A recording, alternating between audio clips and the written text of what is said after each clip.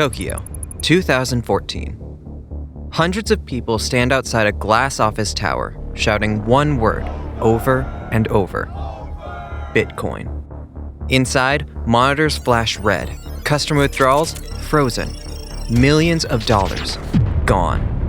At the center of it all sits a quiet French programmer named Marc Karpelès, his hands trembling over a keyboard, the weight of half the world's crypto resting on his shoulders.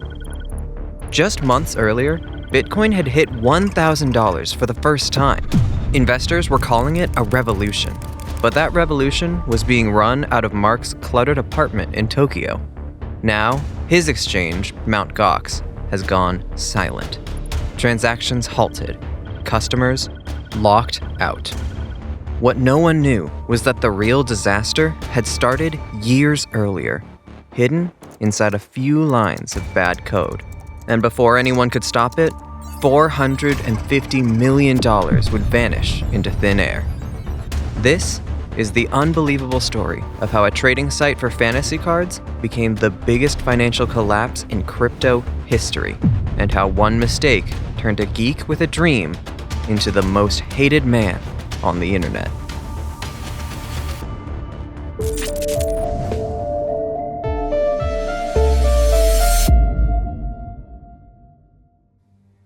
In 2008, banks collapsed and millions watched their savings disappear overnight.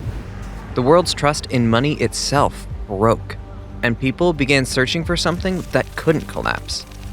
The answer was Bitcoin, a system with no banks, no governments, and no middlemen. But early Bitcoin trading still happened by hand, clunky, slow, and full of middlemen. To Jed McCaleb, a coder who believed software could make systems fairer, that felt like a betrayal of Bitcoin's promise. So, he fired up his laptop and logged into MtGox.com. Originally built to trade gaming cards, the name Mt. Gox stood for Magic the Gathering Online Exchange. McCaleb quickly converted his site into a Bitcoin exchange, and the first trade took place at just 6 cents per Bitcoin. Within weeks, Mt. Gox gained traction. Soon, Jed was handling wire transfers worth tens of thousands of dollars. But as the exchange grew, the workload and pressure of managing other people's money became overwhelming. And then I was like, okay, look, this is not what I want to do with my life. I don't want to run an exchange. It's not an interesting problem in my life. So then I started looking around for someone to take it over, because I didn't want to just shut it down. He found a quiet French IT consultant living in Japan, a man whose obsession with code would soon control the world's biggest pile of Bitcoin: Marc Karpelès. Marc was a shy, brilliant coder who wrote his first program at 10. He called himself the Magical Tux, a nickname from a cartoon penguin that felt safer than his real name. The internet was where he felt understood. By March 2011, Marc Karpelès had moved Mt. Gox to Tokyo. Within months, users surged from 3,000 to 60,000, and money was flooding in faster than the code could handle. Buried deep in the code was a flaw Marc didn't see yet, one that would haunt him for years. But in the end, it wasn't just the code he had to worry about. It was the people who were using it.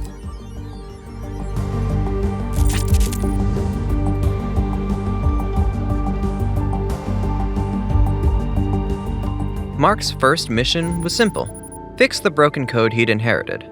But with up to $20 million pouring in each day, every bug now had a price tag. On June 19, 2011, a hacker slipped into Mt. Gox and dumped everything on the market. In seconds, Bitcoin free fell from $17 to a single cent, and Marc watched his exchange implode, line by line, on the screen. The exchange's $1,000 limit kept the losses small, but Marc's fix made them personal. He reset the system and erased thousands of trades, including legitimate ones. Mt. Gox survived the night, but its reputation didn't. Moreover, the problem wasn't just in the code. It was Marc himself. There was no CTO, there was no COO, it was just Marc at the top, and then pretty much everyone else. It was like the widest, shortest pyramid. Every decision, every line of code ran through one man, Mark. The company moved at his speed, and his speed was running out. Despite this, the company kept growing, and by late 2012, he co-founded the Bitcoin Foundation, securing his place among the industry's top names. This boosted the company's reputation, but soon, it was Mt. Gox's own customers who brought in real trouble. Heroin, opium, cannabis, ecstasy, psychedelics, stimulants. They're all listed in the light of day. Unbelievable. And it's all hidden because they don't use dollars. They use this surrogate currency. Many of Mt. Gox's biggest clients weren't tech enthusiasts at all. They were Silk Road dealers, using Bitcoin to sell drugs in the shadows. Nearly 50 to 75% of Mt. Gox's transactions were linked to the Silk Road, and as the volume grew, so did the attention of US authorities. To them, Mark wasn't running an exchange. He was fueling a global drug market. Mt. Gox had become too big, too fast, and too untouchable. And the US wasn't going to let that slide.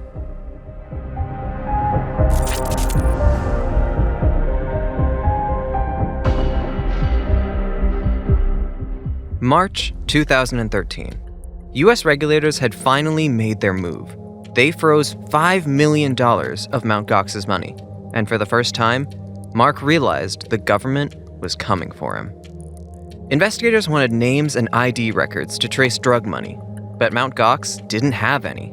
It was built for privacy, not compliance, and that design flaw had just become a crime. The moment the news hit, Mt. Gox's Japanese bankers panicked. Calls went unanswered. Accounts froze. Overnight, the company that handled millions could barely move 10 wires a day, capped at $1 million per day. They even forced all transactions to be done in Japanese yen. For a company serving mostly American clients, it was a disaster. Staff were now hauling stacks of paper to Tokyo post offices, filling out withdrawal forms by hand.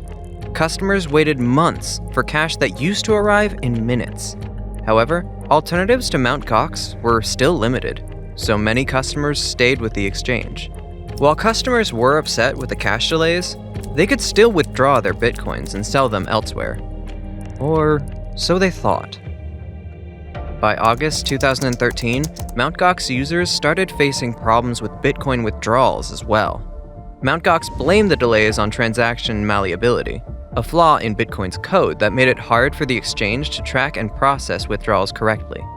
This was a major issue for Mark, as he could blame the banks for cash delays, but Bitcoin withdrawals were entirely his responsibility. Mark barely left his desk. Some days, he stared at code. Others, he escaped into TV shows and video games, pretending the crisis outside his window was someone else's problem. But he didn't know that the market was about to change his life forever. Then came December 2013. Bitcoin's price skyrocketed, hitting $1,000 for the first time. A dream for investors, a nightmare for Mt. Gox.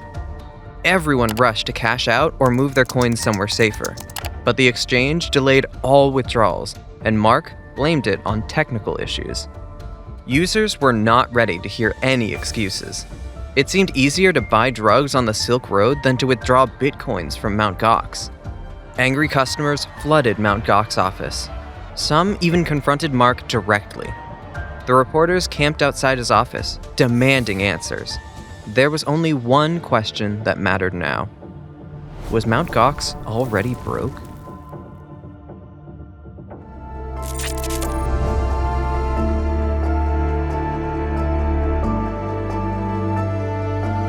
February 17th, 2014. For the first time in months, Mt. Gox told users withdrawals would soon return. For a few hours, hope came back online.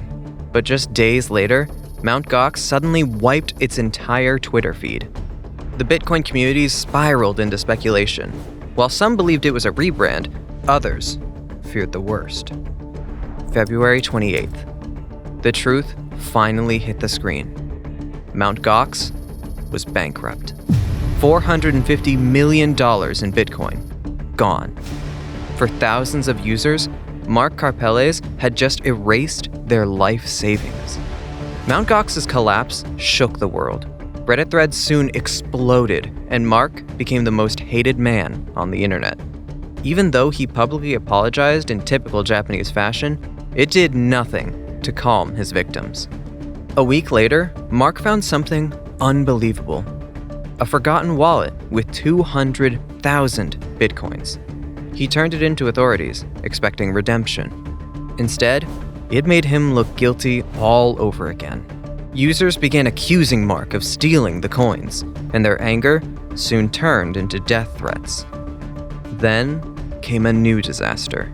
The entire database leaked online. Within hours, armchair detectives were digging through it. One of them was Kim Nilsson, a developer who'd lost his own coins and wanted revenge.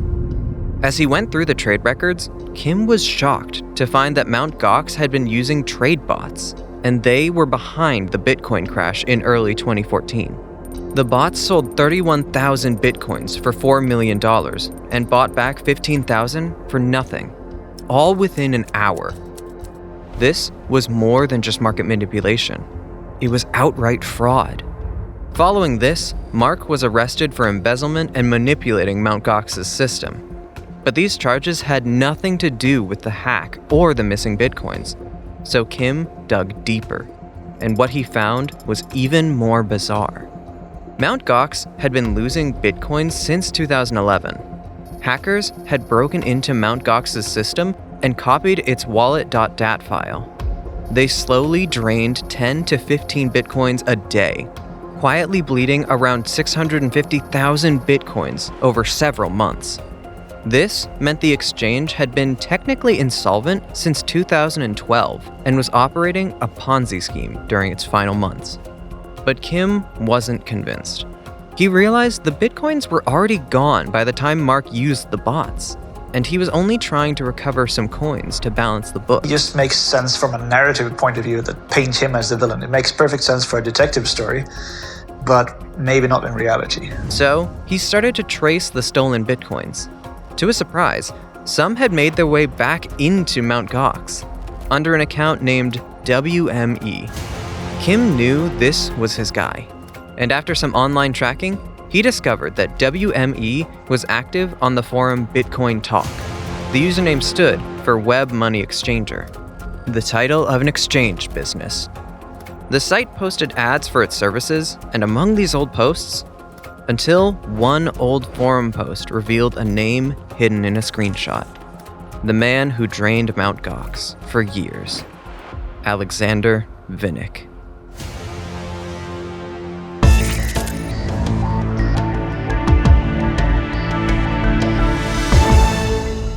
Kim turned his evidence over to US agents. Then, the waiting began. Months of dead leads, until one night, an account linked to Alexander Vinnik logged in without a VPN. The IP traced to a luxury hotel. Agents pulled the guest records, and there it was, a passport photo of Vinnik. For the first time, the ghost had a face. But Vinnik was in Russia, and the US couldn't touch him there. The only option was to wait for him to cross a border they could control. For 3 years, every lead stayed secret, until July 25th, 2017, when Vinnik was finally spotted in Greece, relaxing on a beach with his family. Greek agents quietly surrounded the area and captured him. For Mark, this was a major win, as the real hacker might finally face justice. But for Vinnik, it was the start of a long legal nightmare. The US accused him of running BTCE, a crypto exchange that laundered billions from the Mt. Gox hack. Vinnik, however, claimed he was innocent and even went on a hunger strike. I don't know what to say. How many days are you on a hunger strike? 88 today. 88 today. After spending 3 years in Greek custody and then time in France, he was finally extradited to the US on August 4th, 2022. Alexander Vinnik later pleaded guilty to laundering Bitcoins stolen from Mt. Gox. In Japan, Mark Karpelès was convicted of data manipulation. but avoided jail as his 2.5-year sentence was suspended. Similarly, in February 2025, Vinnik was released from U.S. custody as part of a prisoner swap for an American held in Russia. He has since returned to Russia. Mt. Gox was a broken system from the very beginning. When I took over Mt. Gox, of course there was this issue with $50,000 missing. There was another 80,000 Bitcoin missing. But despite poor coding and weak management, Mark still had a chance to fix it. A chance he failed miserably. That failure led to one of the biggest financial disasters in crypto history, a loss worth nearly $50 billion in today's value.